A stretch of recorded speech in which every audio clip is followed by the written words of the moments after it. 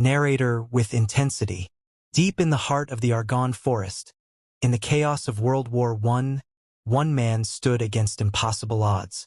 A humble farmer from Tennessee, who swore he'd never take a life, became the unlikeliest of heroes. His name was Alvin York.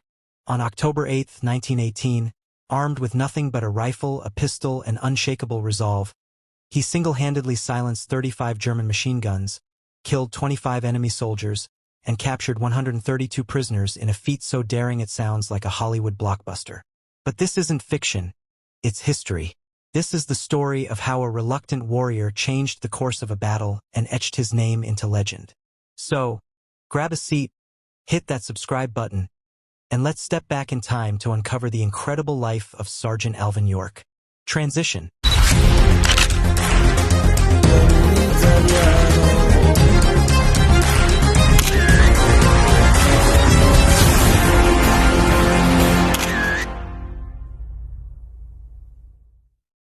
In the late 19th century, the hills of Pall Mall, Tennessee, were about as far from the battlefields of Europe as you could get. Born on December 13, 1887, Alvin Cullum York was the third of 11 children in a dirt-poor farming family. Life in the Fentress County backwoods was grueling. The Yorks lived off the land, hunting, fishing, and farming to survive.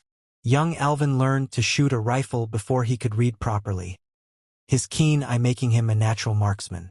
By his teens, he could hit a squirrel from 100 yards, a skill honed in the dense forests where missing a shot meant going hungry. Narrator with a reflective tone. But Alvin wasn't just a sharpshooter, he was a scrapper. As a young man, he was no stranger to trouble. Picture this. A strapping, red-haired Tennessean, quick with his fists, known for drinking moonshine, gambling in smoky saloons, and raising hell on Saturday nights. The locals called him a wild one, a man who lived. Narrator. In 1914, Europe descended into chaos. The Great War, later called World War I, pitted nations against each other in a brutal struggle for power. Trenches stretched across the continent, and millions perished in the mud and blood. By 1917, the United States could no longer remain neutral. President Woodrow Wilson declared war on Germany, and the draft began, calling up men from every corner of America, including Pall Mall, Tennessee. Narrator with gravitas. When Alvin York received his draft notice in June 1917, he was 30 years old. For a man who'd sworn off violence, this was a crisis of conscience. His church taught that killing was a sin, and Alvin believed it with every fiber of his being. He filled out his draft card, writing in bold letters, "Don't want to fight." He applied for conscientious objector status, appealing twice to be excused from military service. But the draft board wasn't swayed. The army needed men, and Alvin's reputation as a sharpshooter made him too valuable to let go. His appeals were denied, and in November 1917, he reported for duty at Camp Gordon, Georgia, as part of the 82nd Division, the All-American Division. Narrator with empathy. Imagine the turmoil in Alvin's heart.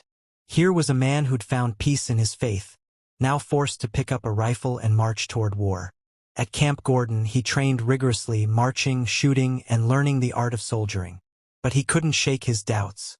He confided in his commanding officer, Captain Edward Danforth, and his battalion commander, Major George Buxton, both devout Christians. They sat him down, quoted scripture, and argued that sometimes, to protect the innocent and stop evil, a man must fight. They pointed to passages like Ecclesiastes 3 verse 3, "A time to kill and a time to heal." Slowly, painfully, Alvin began to see his duty differently. He decided that if God had placed him in this war, he would serve with honor, trusting his faith to guide him. By October 1918, the war was nearing its climax. The Allies launched the Meuse-Argonne offensive, a massive push to break the German lines in northern France. It was the largest American operation of the war, involving over 1 million men. The Argonne forest was a nightmare of mud, barbed wire, and machine gun nests. The Germans had fortified their positions, and every hill was a fortress. Alvin's unit, Company G of the 328th Infantry Regiment, was tasked with capturing Hill 223, a key position blocking the Allied advance. Narrator building tension. On the morning of October 8, 1918, at 6:10 a.m., the attack began. A thick fog blanketed the forest, muffling the roar of artillery and the chatter of machine guns. Alvin and his squad, led by Sergeant Bernard Early, moved forward under a hail of bullets. Their mission: flank the German lines and take out the machine gun nests pinning down American troops. 17 men, including Alvin, crept through the underbrush, their boots sinking into the mud, their hearts pounding. Narrator dramatic pause. For a moment it seemed they'd succeeded. They surprised a German headquarters, capturing a group of prisoners without firing a shot.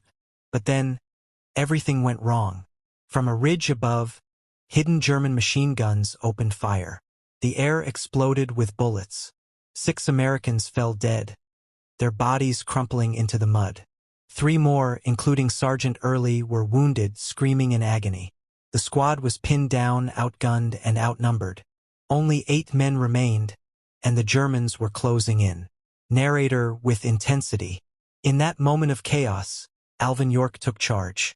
At 30 years old, with no formal leadership training, he became the leader his men needed. He ordered his 7 surviving comrades to guard the prisoners and stay low.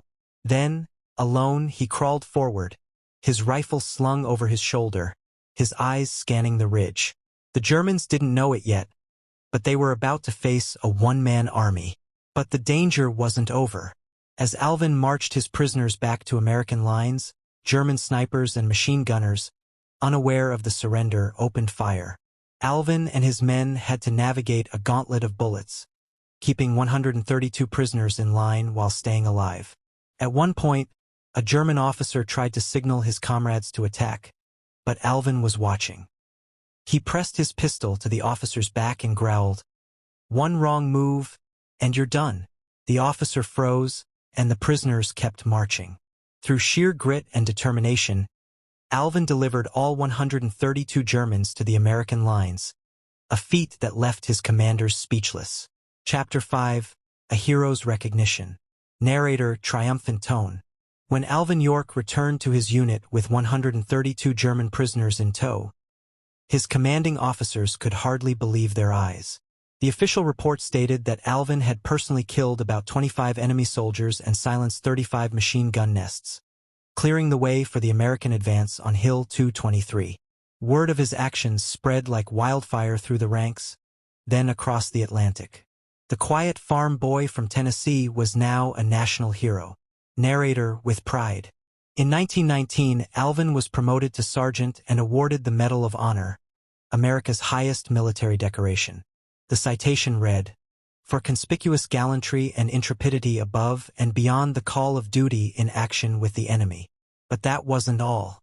France honored him with the Croix de Guerre, Italy gave him the Croce al Merito di Guerra, and Montenegro awarded him its War Medal. When he returned to New York City in May 1919, the streets erupted in a ticker-tape parade. Crowds cheered, flags waved, and newspapers hailed him as the hero of. But fame didn't change Alvin York. Hollywood producers and advertisers came calling, offering fortunes to tell his story or endorse products. He turned them down flat, saying, "This uniform ain't for sale." Instead, he went back to Pall Mall, married his childhood sweetheart, Gracie Williams, and settled into a quiet life. With his war bonuses, he built schools and roads for his community, founding the York Institute to give rural kids an education he never had. He wanted to leave a legacy not of war, but of hope. Narrator with a nod to history. In 1941, with World War II looming, Alvin finally allowed his story to be told in the film Sergeant York, starring Gary Cooper. The movie was a smash hit, earning 2 Oscars and inspiring a new generation of soldiers. Alvin used the film's proceeds to fund more schools and charities. He passed away in 1964 at the age of 76, but his story remains a beacon of courage, faith, and humility. The legacy of Alvin York. Narrator inspirational tone. Alvin York's story isn't just about one day in the Argonne forest. It's about a man who wrestled with his conscience, faced impossible odds, and rose to meet the moment. He wasn't born a hero. He became one through grit, faith, and an unyielding sense of duty. From the backwoods of Tennessee to the battlefields of France, Alvin York showed the world what one person can do when they stand up for what's right. If this story moved you, hit that like button and share it with someone who needs a dose of inspiration. Subscribe to the channel and ring the bell so you don't miss our next deep dive into history's greatest stories. Drop a comment below. What would you have done in Alvin's shoes? Could you face 35 machine guns and come out on top? Let's start a conversation.